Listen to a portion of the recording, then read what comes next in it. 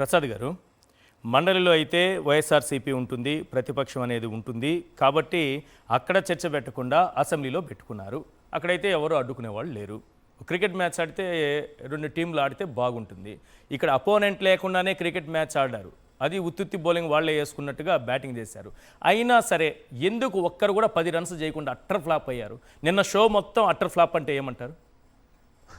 ముందుగా సాక్షి టీవీ ప్రేక్షకులకు నమస్కారం. అలాగే ప్యానల్లో ఉన్న పెద్దలకి మిత్రులకి కూడా నమస్తే సార్. ఈశ్వర్ గారు మీకు నమస్తే. నమస్తే. ఎప్పుడైనా సరే దేవదేవుడితో పెట్టుకున్న వాళ్ళకి ఎవరికైనా సరే మీకు శిశుపాలుడి కథ తెలుసు కదా. 100 తప్పులు చేస్తేనే కానీ దేవుడు శిక్షించడం దగ్గర చంద్రబాబు నాయుడు గారికి ఏంటంటే స్పీడ్ మిషన్ మీద కూర్చోబెట్టి గబగబా తప్పులు చేయించే కార్యక్రమానికి తెరలేపాడు దేవుడు. మీరు గమనించండి, దేవుడు కూడా చాలా స్పీడ్గా పనిచేస్తున్నారేమో 2 షిఫ్టుల్లో అని నాకు అనిపిస్తోంది.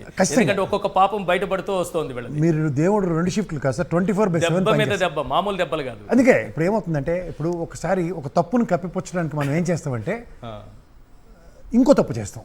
అవును. అలా పునాదుల మీదే, తప్పుడు పునాదుల మీద ఏర్పడిన ఒక వ్యవస్థతో ఎప్పుడైతే మేనేజ్మెంట్ చేద్దాం అనుకున్న దగ్గర మీరు ఈ హెరిటేజ్ అన్న పదం ఇవన్నీ కన్నా ముందు సంఘం డైరీ విషయం ఒకటి మాడదాం, ప్రజలకు తెలియాలి. ఫస్ట్ ధూళిపాల నరేంద్ర నేను భూమి పుట్టకముందు నుంచి ఎమ్మెల్యే, అతిరథ మహారథుడు, ఎన్నిసార్లు గోల్ గిల్లుకొని చూసుకున్నా ఇదేంటి ఈయన మినిస్టర్ అవడంటే సంఘం డైరీ అమ్మి సంఘం డైరీ అమ్మి అని ప్రాణాలు తినేస్తుంటాడు.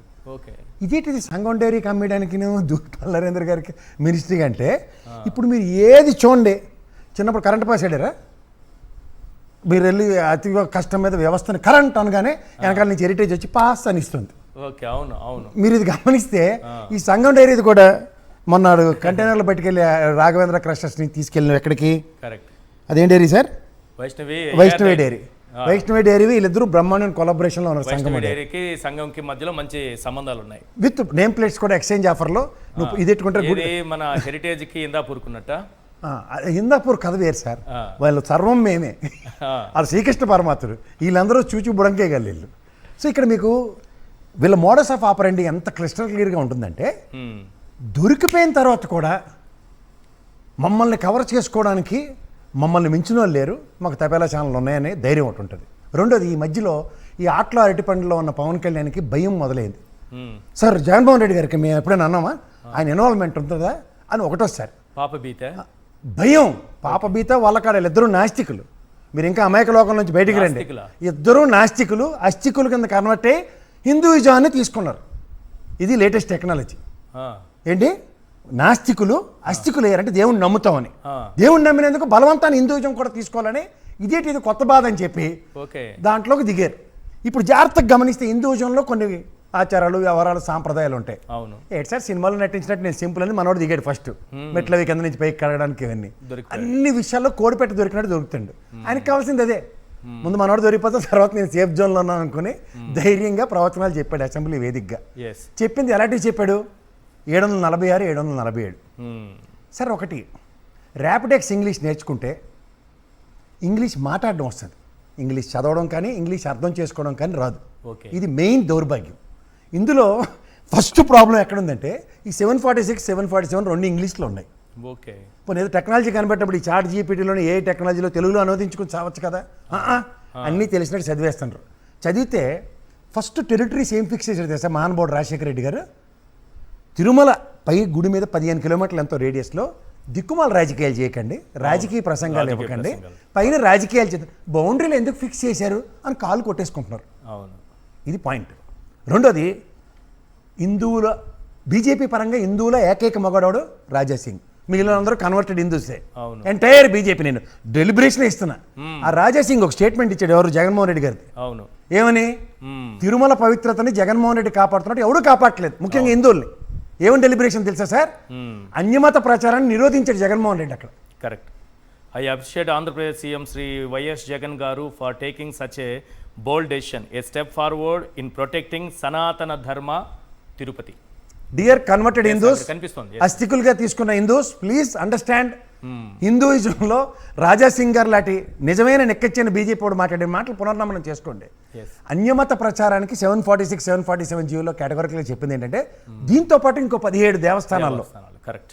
అరే బాబు, మీరు అక్కడ ప్రచారాలు చేయకండి, అది హిందువులకు సంబంధించిందని. ఇది కూడా అర్థం కాకుండా 2009లో షూ ఇప్పి స్టేజ్ మీద గడగడగడ చెప్పేసాడు ఆయన. అరే సార్ మీరు ఒక చీఫ్ మినిస్టర్, కాబోయే చీఫ్ మినిస్టర్ ఆ రోజుల్లో తూచు ఎన్నాళ్ళ పనిష్మెంట్ చూసారా? శిశుపాలుడు వద మీకు ఎక్కడ గుర్తుంచుకుంటుంది ఎలా ఉంటుందో మీరు జాగ్రత్తగా గమనిస్తే 1000 కాల మండపాలు ఎరగొట్టిన వెంటనే అలిపిరి ఘటన. అవును. అయినా సరే నా నాస్తికత్వం ఉంది, ఎంత అస్తికత్వం ఎంత అని రీసెంట్ పాస్ట్లో డెవలప్మెంట్స్ మీరు జాగ్రత్తగా గమనించండి. తర్వాత వీళ్ళకి వ్యవస్థల మీద గౌరవం ఉండదు. మీకు చెప్పను ఒక విషయం, ఇప్పుడు మనకు రాజ్యాంగం చదువుకుంటే ఉదాహరణకి వాజ్పేయి గారు అద్వానీ గారు ఇద్దరు గెలిచినప్పుడు, అయితే ఇదే రాజశేఖర రెడ్డి గారి గవర్నమెంట్ కాదు, రామారావు గారి గవర్నమెంట్లో 90వ దశకాల్లో పి జనార్దన్ రెడ్డి గారిని ఫ్లోర్ లీడర్ డిక్లేర్ చేశారు. వీళ్ళకి ఎలా ఉంటాయంటే వీళ్ళ రాజ్యాంగం, వీళ్ళ మోడస్ ఆఫ్ ఆపరెండీలో జగన్మోహన్ రెడ్డి గారు ఇంకో నలుగురిని తీసుకుంటే మీకు అపోజిషన్ స్టేటస్ అంటూ ఉంటుంది. అదేమన్నా శిలాశాసనమా? ఓకే. రాజ్యాంగం ఏం చెప్తుంది? రాజ్యాంగం ఓటమికి పరంగా మీరు 164 ఉంటే ఆడ్ మ్యాన్ ఎవరంటే ఆడ్ మ్యాన్కి ఇవ్వండి, ఆయన అపోజిషన్ స్టేటస్ అంటే వీళ్ళు ఎక్కడ క్యాబినెట్ హోదా ఇచ్చేయాలో, ఎక్కడ గన్ మ్యాన్లు ఇచ్చారో అని లేనిపోయిన వంకలు చెప్తున్నారు. ఇది చూడండి, వాళ్ళకి వ్యవస్థ మీద గౌరవం ఉందా? మీకు ఇంకోటి లేటెస్ట్ అప్డేట్ చెప్తాను. సునీల్ నాయక్ గారు ఇష్యూ చూశారు కదా? అవును. నేను నా తపేలా ఛానల్లో రఘునాథ్ కృష్ణరాజు గారు ఒక ఇంటర్వ్యూ ఇచ్చారు, డిప్యూటీ స్పీకర్. మీరు జాగ్రత్తగా గమనిస్తే దాంట్లో సార్ వ్యవస్థని మేనేజ్ చేస్తారు అన్నదానికి మీకు నిదర్శనం చెప్తాను. 9వ నెంబర్ కోర్టుకు వెళ్ళింది తూచ్ వాళ్ళేమో అన్న దగ్గర మీరు జాగ్రత్తగా గమనిస్తే ఇది 11, 12, 13కి వెళ్తే మా పని ఉండేదా? మీరు ఒక్క నిమిషం అడ్డకుండా ఉంటే ఒక వాస్తవం చెప్తాను. అంటే మనం అందరం వెర్రి వాళ్ళు అనుకుని వాళ్ళ ప్రవచనాలు ఎలా చెప్తారంటే కంచాలోడు ముఖ్యంగా మరి కాదంబరి నత్వాన్ని విషయంలో నీ జ్ఞాపకం ఉందా? మీరు ఆ పదాలు వాడకుండా చెప్పండి, నేను అడ్డుకుంటాను. ఎందుకంటే మీరు జాగ్రత్తగా గమనించండి, కాదంబరి నత్వాన్ని విషయంలో మహారాష్ట్ర గవర్నమెంట్ కానీ అక్కడ మహారాష్ట్ర పోలీస్ డిపార్ట్మెంట్ కానీ ఏ విధంగా స్పందించిందో చెప్పండి నాకు. ఇవాళ బీహార్లో సునీల్ నాయక్ గారిని అరెస్ట్ చేసి నేపథ్యంలో బీహార్ హైకోర్టు కానీ బీహార్ పోలీస్ వ్యవస్థ కానీ ప్రతిస్పందించిన విధానం కంపేర్ చేయండి. ఎక్కడ అప్రహెన్షన్స్ ఉన్నాయి వాళ్ళందరినీ ఈ ఇంపార్టెంట్ ఆఫీసర్స్ అందరినీ డీజీపీ ఆఫీస్కి అటాచ్ చేస్తారా? Look at there. వ్యవస్థ మీద నమ్మకం లేదు, వ్యవస్థ మీద మేనేజ్మెంట్ రెండు గమనిస్తే ఇది 11, 12, 13 కోట్లకి వెళ్తే మాకు నచ్చిన ప్రవచనాలా? ఎవరికి నమ్మకం ఉంది? ఎవరికి మేనేజ్మెంట్ స్కిల్స్ మీద అడాప్టబిలిటీ ఉంది? తర్వాత ఇంత ఇష్యూ ఉంది, అక్కడ గురుగారు బాగా చెప్పారు, ఎమ్మెల్సీ గారు. ఈ ఇష్యూ పాపపోతుంటే సునీల్ కుమార్ గారు డొక్క చింపి డోలు వాయిస్తున్నాడు ప్రతి ఇంటర్వ్యూలో. సడన్గా రఘురామ కృష్ణరాజు గారిని కమాన్ కృష్ణ నువ్వు రా అని చెప్పారు. అవతార పురుషుల్లో వచ్చి నిన్నటి నుంచి మళ్ళీ కాడెత్తుకున్నాడు. నన్ను కొట్టేశారు, నన్ను తూచు అని మళ్ళీ ప్రవచనాలు మొదలయ్యాయి. మీరు ఇదే అంబట్ రాంబాబు గారు పోలీస్ వ్యవస్థలో ఆయన గదమాయించిన దానికి ఏంద్రా సరిగ్గా కూర్చో అన్నదానికి ఆయన రియాక్టివ్ మోడ్ చూడండి. అంటే వ్యవస్థలో ఒక ఎమ్మెల్సీ గారు, ఎమ్మెల్యే కానీ, ముఖ్యమంత్రి గారు కానీ, లేదంటే ఎంపీ కానీ ఇలాంటి వాళ్ళు చేసిన వాళ్ళు పోలీసు వాళ్ళు ఏం చేసినా వాళ్ళు పర్సనల్గా తీసుకుంటారు. రైట్. కానీ ఇలా కొట్టేసాడు అన్న దానికి మీరు చూస్తూ వీళ్ళకి ఏంటంటే వ్యవస్థ మీద గౌరవం లేదు, వ్యవస్థను మేనేజ్మెంట్ చేసే వ్యవస్థను చూసుకుంటూ ఈ లడ్డు మీద హెరిటేజ్ చుట్టూ తిరుగుతున్న వ్యవస్థని కంట్రోల్ చేయడానికి మార్కెటింగ్ మేనేజర్లు ఓం మంత్రి రూపంలో కూడా పుట్టుకొచ్చేస్తున్నారు. మా వ్యవస్థను మేము పరిరక్షించుకోవాలని. ఏ వ్యవస్థని? తిరుమల వ్యవస్థ, హెరిటేజ్ వ్యవస్థ. అరే హోం మంత్రి గారు తిరుమలని ప్రతిష్ట రంగం కలగకుండా కాపాడితే ఇలా దండం పెడతాం. కానీ హెరిటేజ్ అనే దైవాంశ సంబూతుడి వ్యవస్థను పట్టించుకోవడానికి గారు ఎవరికి? రాష్ట్ర ప్రజలకా లేకపోతే హెరిటేజ్ కంపెనీకా? సార్ మీరు పార్ట్ టైం జాబుల గురించి విన్నారా? హెరిటేజ్లో మార్కెటింగ్ జాబ్ చేస్తూ ఈ పని చేస్తున్నారు. ఆవిడ తప్పే ఉంది? అవి కూడా ఉన్నాయా? మరి లేకపోతే ఆవిడకేటి బాధ? కందకలేని తర్వాత కత్తిపేట కిందకి సామెత ఉంటుంది కదా, మా పై వాళ్ళకి చేస్తే మేకులు ఎరగొట్టేస్తండి. అవును కదా చెప్పాలి కదా. ఇదేంటంటే 746, 747 జీవోలు ఏంటి సార్? ఇదేంటి నన్ను ఎరగొట్టేయమంటారు. గుడివింది కానీ సామెత తెలుసు కదా. భూమి పుట్టకు ఆడి నుంచి ప్రతి ఫోటోకి కాళ్ళకి చెప్పులే. ఇప్పుడు శంకుస్థాపనకి కాళ్ళకి చెప్పులే. ఇందాక మీరు చూపించారు జగన్మోహన్ రెడ్డి ఎంత బేలగా ప్రసాదాలు తీసుకుంటున్నాడు.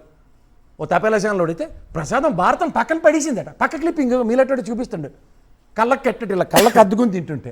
అవును. మరి ఇవన్నీ కంపారిజన్ చేస్తే బాధ వచ్చేస్తుంది. రైట్. సరే ఇంకోటి చెప్తున్నాను, వ్యవస్థ మీద నమ్మకం అస్తికత్వం నుంచి నాస్తికత్వం నుంచి అస్తికత్వం రావడం, కన్వర్టెడ్ హిందూస్గా పరిణామం చెందుతూ వీళ్ళు యాజ్ ఇఫ్ అంటే నక్కపుట్టు 4 ఆదివారాల్లో చూడండి నేను చూసిన ప్రపంచం చూడలేదన్నట్టు చెప్తే మాత్రం దయించి హిందూ సామాజిక వర్గంలో ముఖ్యంగా వీళ్ళు కర్రక జెండా బ్యాచ్ గల్లు ఉంటారు, పాంకోలు వేసి తిరుగుతూ ఉంటారు. ఎందుకు మాట్లాడరు? ఇప్పుడు ఆగమ శాస్త్రంకి సంబంధించిన ఈ తిరుమల లడ్డులో మన ప్రతినిధి కదా సార్ పెద్ద జీని అక్కడ ప్రతిష్ఠించుకున్నాం. ఎందుకు మాట్లాడు సార్? ఒక పెద్ద మఠం ఒకటి కట్టించారు కదా గోపెట్లో కూర్చున్న లోపల. పోనీ అందులో పనిచేసిన వాడిని పంపిస్తే పరక మనిషి వాళ్ళు దొరికిన కాడికి డబ్బులు ఎత్తేస్తండి. ఆయన పట్టుకోవాల్సిన బాధ్యత కూడా జగన్మోహన్ రెడ్డికి వచ్చింది.